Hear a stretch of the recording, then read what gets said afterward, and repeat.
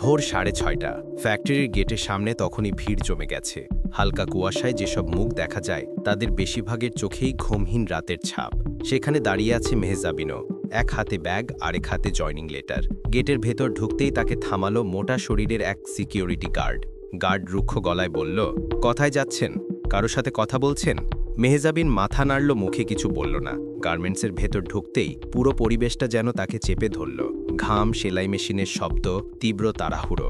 400-র বেশি নারী কর্মী কাজ করছে একটা বিশাল কারখানার হল ঘরে। কিছুক্ষণ পর সুপারভাইজার রাশেদ এসে দাঁড়ালো তার সামনে। রাশেদ বলল, তুমি কি নতুন? হাতের কাজ জানো? মেহজাবিন, জি, অল্প শিক্ষা আছে, বাকিটা আস্তে আস্তে শিখে যাব। রাশেদ তাচ্ছিল্যর ভঙ্গিতে বলল, এটা কাজ শেখার জায়গা না, ঠিকমতো পারলে থাকবি, না পারলে বের হয়ে যাবি। বোঝাতে পারছি? মেহজাবিন শুধু মাথা নেড়ে হ্যাঁ বলল। তারপর তাকে লাইন 7-এ পাঠানো হলো। সেখানে লাইন চিফ বাবুল, একজন রাগী অধিকার চর্চায় আসক্ত মানুষ। মেহজাবিন মেশিনে বসতেই বাবুল চিৎকার করে উঠল, এই, এখানে কি করতে এসেছো? এই মেশিন 10 বছর ধরে কাজ করা লোকের মেশিন, তুমি জানো না কেমন স্পিডে কাজ চলে এখানে? মেহজাবিন আতঙ্কে একটু কেঁপে উঠল, কিন্তু শান্তভাবে বলল, জি, চেষ্টা করব। বাবুল, চেষ্টা লাগবে না, টার্গেট লাগবে। ঘড়ি দেখো, প্রতি ঘন্টায় 120 পিস পারবা? পারবা না, তবু বসো।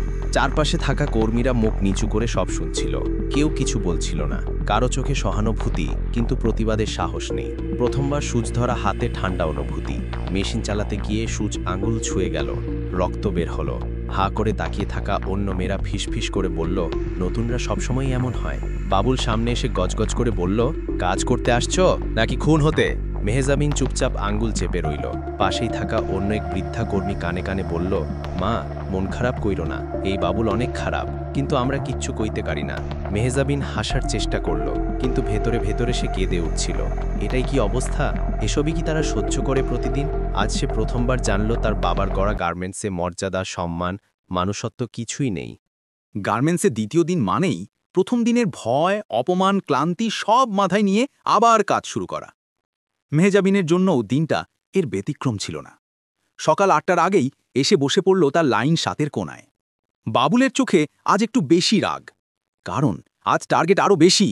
সন্ধ্যের দিকে কাজ করতে করতে সবাই হাঁপিয়ে উঠেছে। সেদিন ডেলিভারি ছিল, তাই বাধ্যতামূলক ওভারটাইম। হঠাৎ সামনে থাকা অপারেটর জাহানারা কাজ করতে করতে কাঁপতে শুরু করলো। তার চোখ ঝাপসা হতে লাগলো। জাহানারা, দিদি, শ্বাস নিতে পারছি না, মেশিন বন্ধ করে এসে চেয়ারে হেলে পড়ল। মেহজাবিন দৌড়ে গেল তার কাছে, এই, কেউ আসেন, মেডিকেলে নিয়ে যাই। ঠিক তখনই লাইন চিফ বাবুল এসে দাঁড়ালো সামনে। বাবুল, মেশিন বন্ধ করছিস কেন? ডেলিভারি আছে আজ, বুঝো। মেহজাবিন বলল, জাহানারা আপা অসুস্থ, একটু মেডিকেলে। বাবুল চিৎকার করে, এটা হাসনাতাল না, গার্মেন্টস। যার সমস্যা আছে সে বাসায় গিয়ে মরুক, কাজ বন্ধ করা যাবে না।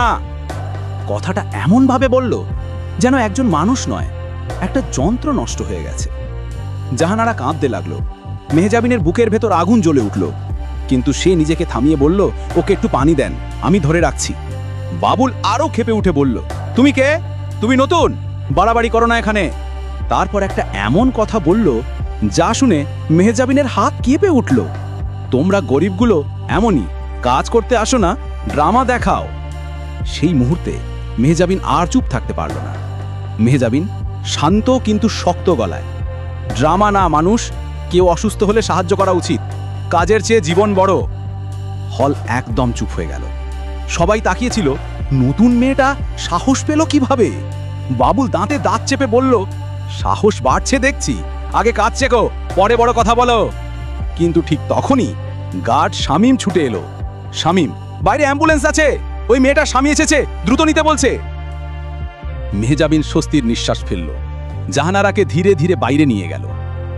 সেদিনই মেহজাবিন প্রথমবার বুঝল যে লড়াই সে শুরু করেছে এটা শুধু তার নিজের না, শত মানুষের লড়াই। গার্মেন্টসে তৃতীয় দিন, কিন্তু এই দিনটা আগের দুদিনের চেয়েও বেশি অন্ধকার ছিল। কারণ আজ মেহজাবিন দেখতে চলেছে কর্মীদের জীবনের সেই দিকগুলো যা বাইরে থেকে কেউ কখনো দেখতে পায় না। মাসের প্রথম সপ্তাহ, আর মাসের প্রথম সপ্তাহ মানেই বেতনের লাইন, দীর্ঘশ্বাসের লাইন। মেহজাবিনও দাঁড়িয়ে আছে লাইনে। চারপাশে কর্মীদের মুখে এক ধরনের আশা আর আতঙ্ক একসাথে। বেতনের টেবিলের সামনে দাঁড়িয়ে আছে জিএম শাকিল, তার পাশে রাশেদ। মেয়েরা একে একে আসছে, হাতে রেজিস্টার থেকে টাকা দিচ্ছে, তারপর মোট টাকার হিসেব চেক করছে। হঠাৎ এক মহিলা কর্মী কেঁদে উঠল, স্যার, আমার 12 দিনের ওভারটাইম ছিল, কিন্তু এখানে কেটে দিয়েছে কেন? শাকিল, ওভারটাইম সবসময় হিসেব অনুযায়ী হয় না। তুমি হয়তো কম কাজ করেছ, এটা অফিসিয়াল রেকর্ড। মহিলা কাঁদতে কাঁদতে বলল, না স্যার, আমি প্রতিদিন রাত 10টা পর্যন্ত থেকেছি, আমার নাম দেখেন। কিন্তু শাকিল মাথা তুলল না। রাশেদও তার দিকে তাচ্ছিল্যের হাসি দিল। রাশেদ, যাও, অন্যদের লাইন বাড়িও না। এটাই বাস্তবতা।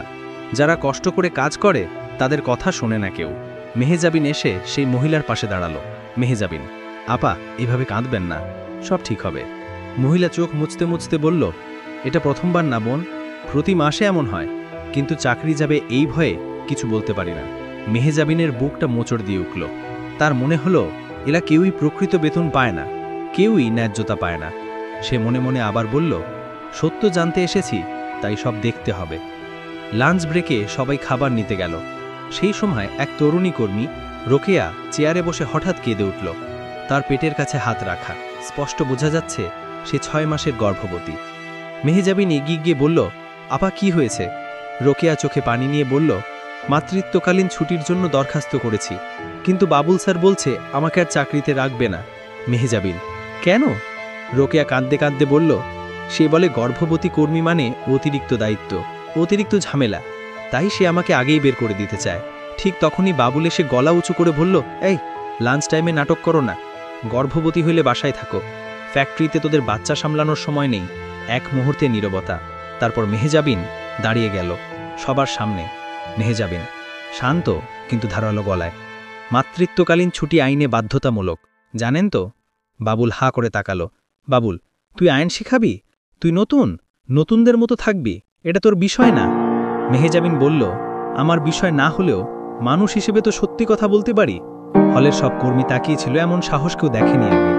বাবুল চিৎকার করে বলল, তোর সাহস অতিরিক্ত বেড়ে গেছে, আজকেই শাকিল স্যারকে বলবো। মেহেজাবিন চুপ করে দাঁড়িয়ে রইল, কারণ সে জানে এটা শুধু একটা লড়াইয়ের শুরু। দিনের কাজ শেষ হতে আর 20 মিনিট বাকি। হলের ভেতর তখন প্রচণ্ড শব্দ, সবাই দ্রুত কাজ শেষ করা চাকু অনুভব করছে। মেশিনগুলো গরম হয়ে আছে আর বাতাসে ভারী সুতার ধুলো। হঠাৎ একটা চিৎকার, আ আ! সবাই তাকিয়ে দেখল লাইন 5-এর অপারেটর সালমার হাত সরাসরি কাটিং ব্লেডে লেগে গেছে। ব্লিডিং হচ্ছে। মহিলাটি ব্যথায় ছটফট করছে। চারপাশে ভিড়, কেউ ভয় পাচ্ছে, কেউ কাঁদছে। মেহেজাবিন দৌড়ে গেল তার কাছে, 2 হাতে চেপে ধরল ক্ষত। চিৎকার করে বলল, পানি, কাপড়, কেউ ডাক্তার ডেকো। ঠিক তখনই জিএম শাকিল এগিয়ে এসে বলল, কেউ ভিডিও করবে না, কেউ ছবি তুলবে না, এটা বড় ইস্যু করলেই চাকরি খতম। মেহেজাবিন রাগে কেঁপে উঠল, স্যার, মানুষ মরছে, আপনারা কাগজ নিয়ে ভাবছেন? শাকিল বলল, এই ধরনের অ্যাক্সিডেন্ট ফ্যাক্টরির রেকর্ডে চায় না, এসব লিখলে সমস্যা হবে। তারপর সবাইকে বলল, রেজিস্টারে লিখো সালমান নিজে অসাবধানতায় কেটেছে, মেশিনের দোষ নেই। এটা শুনে সালমার সহকর্মীরা চোখে পানি নিয়ে বলল, স্যার, মেশিনের সেফটি ছিল না। শাকিল গর্জে উঠল, চুপ। মেহেজাবিনের শরীর কাঁপছিল। সে প্রথমবার এই ফ্যাক্টরির আসল নিষ্ঠুরতা দেখল। সে সালমার বাবার কল দিতে চাইল, কিন্তু সিকিউরিটি এসে বোঝালো মোবাইল ব্যবহার নিষেধ, জানেন না? মেহেজাবিন শান্তভাবে বলল, আমি করব, কারণ এটা জরুরি। সে দ্রুত সালমার ভাষায় ফোন দিল। স্বামী এসে তাকে হাসপাতালে নিয়ে গেল। ফ্যাক্টরির ভেতর তখন এক অদ্ভুত নীরবতা। মনে হয়েছিল হলের বাতাসও যেন এই অন্যায়ের সাক্ষী হয়ে গেছে। দুর্ঘটনার পরে সবাই কাজ থামিয়ে ভয়ে কাঁপছিল, কিন্তু মেহেজাবিন দাঁড়িয়েছিল নির্বিকার, মুখে চোখে আগুন। জিএম শাকিল দূর থেকে তাকিয়ে সুপারভাইজারকে বলল, ওই মেয়েকে নতুন, অতিরিক্ত কথা বলে, খোঁজ নাও, কালই রিপোর্ট চাই। মেহেজাবিন বুঝতে পারল তার উপর নজর পড়েছে, কিন্তু সে ভয় পেল না, বরং মনে মনে বলল, ঠিকই হচ্ছে। যারা সত্য লুকিয়ে রাখে তাদের চোখে ধুলো ঢুকলেই ব্যথা লাগে। সেদিন বাড়ি যাবার পথে মেহেজাবিন বাসের জানলার বাইরে তাকিয়েছিল। হাওয়ায় তার চুল উড়ছিল, চোখে জমে থাকা জল ঝিলমিল করছিল। সে ভাবছিল, এই মানুষগুলো যারা প্রতিদিন নিজেদের জীবন ঝুঁকি রেখে কাজ করে, তারা তো আসলে এই ফ্যাক্টরির সত্যিকারের শক্তি। কিন্তু মালিকেরা, তারা কি কখনো নিজের চোখেই কষ্ট দেখেছে?